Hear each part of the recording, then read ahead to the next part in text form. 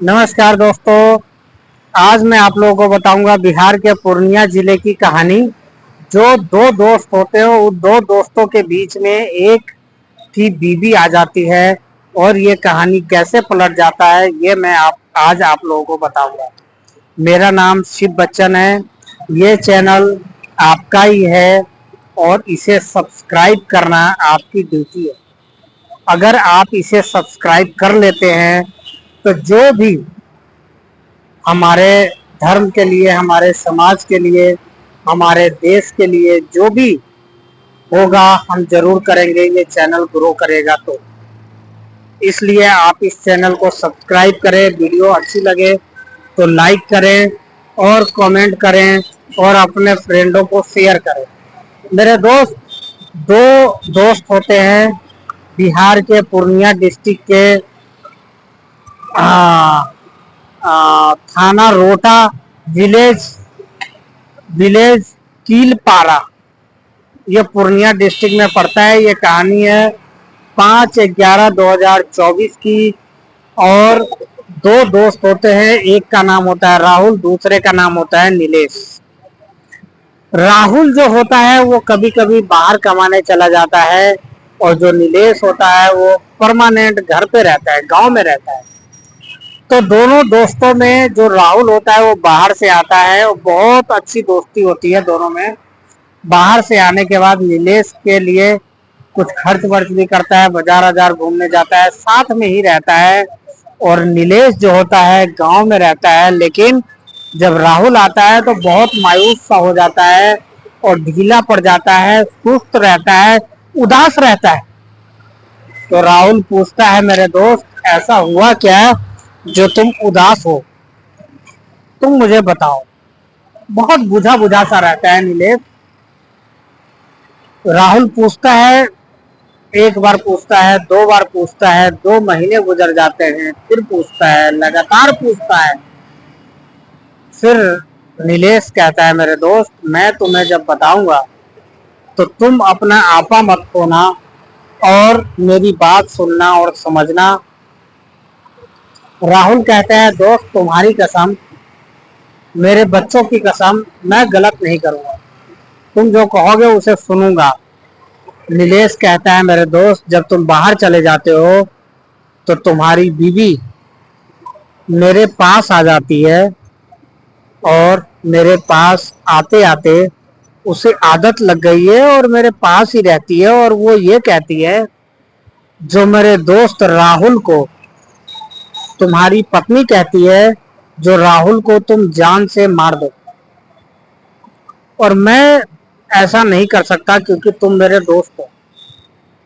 दोस्तों यहाँ जंगल भी है, आप देखेंगे। तो नीलेश कहता है, तुम मेरे दोस्त हो, मैं तुम्हें मार नहीं सकता, लेकिन ये कहानी बताया हूँ, अगर तुम्हें लगता है जो ये कहानी झूठ है तो तुम मुझे मार दो।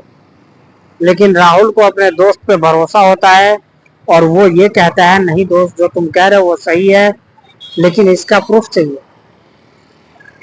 तो एक दिन फोन पे नीलेश बात करता है बबीता से, जो राहुल की पत्नी होती है।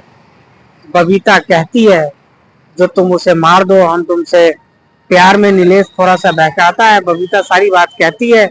फिर नीलेश ये इसको कॉल रिकॉर्डिंग करके राहुल को सुनाता है और राहुल को सुन के भरोसा हो जाती है, क्योंकि वो जो आवाज थी वो लेडीज की, वो उसी औरत की थी जो उसकी बीवी थी। फिर राहुल कहता है, दोस्त क्या करें, ठीक है तुम मुझे मार दे या तू शादी कर ले, मैं कहीं और चला जाता हूँ।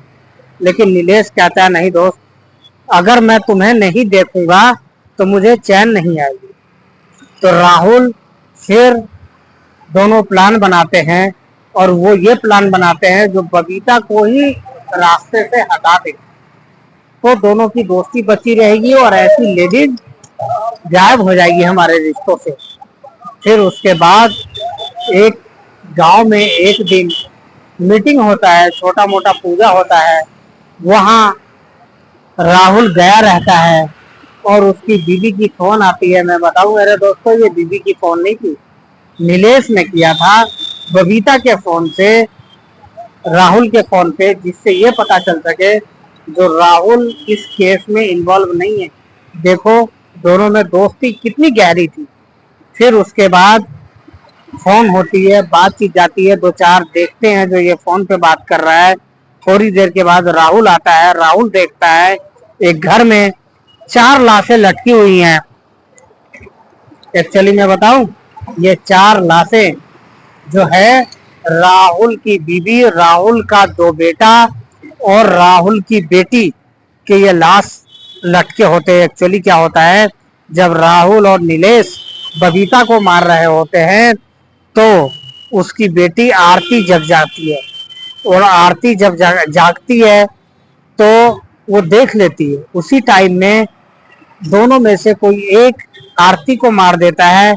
आरती को मारता है तो चीख पुकार से राहुल का बेटा सूरज भी जग जाता है, और जब सूरज देखता है दोनों लाशें तो फिर दोनों में से कोई एक सूरज को भी मार देता है, और फिर साथ में जो छोटा वाला बेटा सुजीत होता है उसे भी दोनों में से कोई एक मार देता है। और इसी तरीके से एक परिवार उजड़ जाता है, 4 लाशें गिर जाती हैं। मैं वही कहना चाह रहा हूँ मेरे दोस्त, अगर आपको लगता है कोई भी क्राइम आप अगर कर रहे हो और आपको लगता है आप बच जाओगे, तो ऐसा नहीं है। आप कभी नहीं बच सकते। ऐसी टेक्निकल दुनिया है, एआई का टाइम है, आप नहीं बच सकते। इसलिए आप कोई भी गुनाह ऐसा मत करो जिससे आपकी जीवन लीला खत्म हो जाए और आप ताउम्र जेलों में गुजारो। मेरे दोस्त, मैं फिर आपसे रिक्वेस्ट करूंगा जो आप मेरा ये चैनल सब्सक्राइब करें, वीडियो अच्छी लगे तो लाइक करें, और बेल घंटी जरूर बजाएं जिससे मैं वीडियो डालूंगा तो आप तक जल्दी से जल्दी पहुंचे। कल मिलते हैं दूसरे स्टोरी के साथ, तब तक के लिए जय हिंद, जय भारत, नमस्कार, जय